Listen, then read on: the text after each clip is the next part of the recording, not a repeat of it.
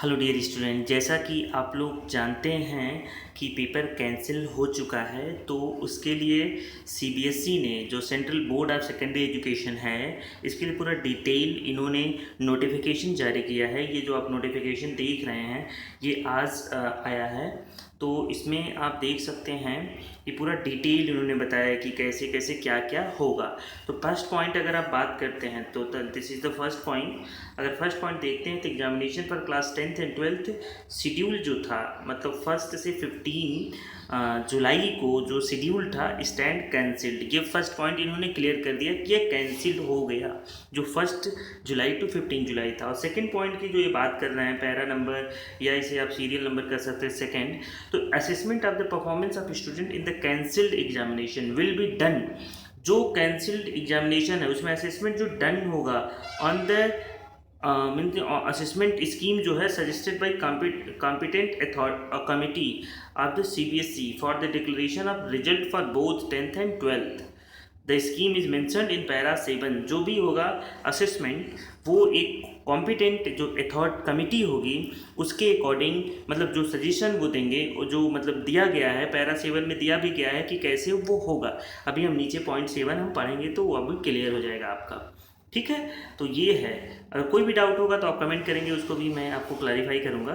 ये अब देखिए थर्ड पॉइंट अगर आप देखते हैं, थर्ड पॉइंट में इन्होंने क्या कहा है कि द रिजल्ट, जो रिजल्ट है, result based upon the aforesaid, मतलब जो पहले से कहा गया aforesaid assessment scheme will be declared by 15 जुलाई। ठीक है, मतलब जो भी रिजल्ट्स बेस्ड अपॉन द जो असेसमेंट जो पहले कहा जा चुका है वो 15 जुलाई को ये डिक्लेयर करेंगे that candidates can apply and seek admission in the higher education institution in India and abroad. ठीक है, इसके अकॉर्डिंग अभी वो 15 जुलाई को ये डिक्लेयर करेंगे। अब ये सीबीएसई ने कंफर्म कर दिया है, ठीक है, कि ये 15 जुलाई को ये डिक्लेयर करेंगे कि कैसे क्या असेसमेंट होगा। ओके, तो फोर्थ पॉइंट अगर आप देखते हैं कि क्लास 12th जो है CBSE will conduct optional examination. 10th का तो नहीं करेंगे लेकिन 12th का करेंगे optional examination in the subject whose examination were scheduled to be conducted 1 to 15 July. जो 1 to 15 जुलाई होने वाला था पेपर जिसका, उसका ये ऑप्शनल है, ये कंपलसरी नहीं, ऑप्शनल है कि ये करेंगे जब ये टाइम जो होगा कंडूसिव होगा, असिस्ड होगा, डिसाइडेड होगा सेंट्रल गवर्नमेंट के द्वारा कि सब कुछ मैनेजेबल है, तो ये किया जाएगा। असेसमेंट स्कीम विल बी, जो असेसमेंट स्कीम होगा, allowed to appear in the these optional examination to improve their performance. मतलब अगर कोई परफॉर्मेंस बच्चा इंप्रूव करना चाहता है तो वो कर सकता है। If they wish so however the marks obtained by the candidate in these optional examination will be treated as final for those who have opted to take these examination. जो भी एग्जामिनेशन मतलब इसमें लेगा, अगर कोई ऑप्शनल लेगा तो जो मार्क्स उसमें पाएगा वो फाइनल होगा। ये नहीं कि मतलब आप कहेंगे कि नहीं वो एवरेज वाला सही है।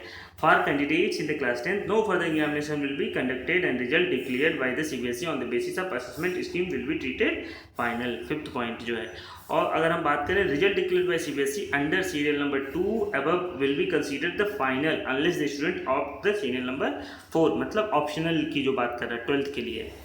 ठीक है, अगर एवरेज या जो भी सब्जेक्ट्स के पेपर हो चुके हैं उसके अकॉर्डिंग है तो ठीक है फाइनल होगा। अगर ये 4th वाला कर रहा है तो 4th वाला फाइनल होगा, जिसमें ये बताया गया है कि आप ऑप्शनल अगर लेना चाहें तो ले सकते हैं। अब से 7th में आप देखिए पूरा डिटेल बताया गया कि असेसमेंट कैसे किया जाएगा।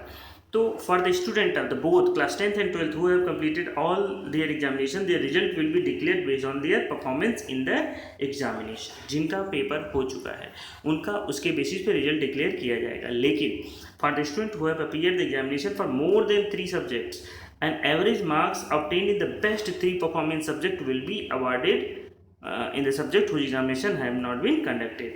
मतलब बेस्ट अगर इसमें जो है बात कर रहा है, अगर 3 सब्जेक्ट में या मोर देन 3 हो गया है तो बेस्ट 3 का एवरेज मार्क्स लिया जाएगा। ठीक है, बेस्ट 3 सब्जेक्ट का जितने मार्क्स पाए हैं उनका 3 लिया जाएगा, उसका एवरेज मार्क्स लिया जाएगा। For student who have appeared in the examination in only 3 subject the average of the marks obtain in the best 2 performing subject. अगर जो बच्चे, ये तो मोर देन 3 वाला है, ये क्या मोर देन 3 वाली बात कर रहा है, मोर देन 3, लेकिन जो केवल 3 दिया है, ओनली 3 वाले हैं जो उनका केवल मतलब उनके बेस्ट 2 परफॉर्मिंग सब्जेक्ट लिए जाएंगे, जो 2 में सबसे अच्छा नंबर पाए होंगे उसमें लिया जाएगा। अगर इसमें बात करें जो डी पॉइंट है, there are few student class 12 mainly from Delhi वाले जो हैं बच्चे जो दिल्ली के हैं, तो who have appeared in the examination in only 1 or 2 subject, the results will be declared based on the performance in the appeared subject and performance in the internal and practical and project assessment जो है उसके according दिया जाएगा।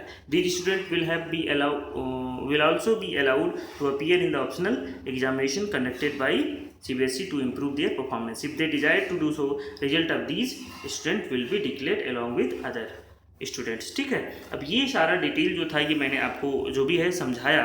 फिर भी कोई doubt है आप कमेंट करिए, उसका रिप्लाई आपको दिया जाएगा। ओके, आई होप कि आपको ये क्लियर हो गया। ये तो बस है कि किनको किनको ये दिया जाता है, पूरा रिपोर्ट देना होता है ना लोगों को। Thank you.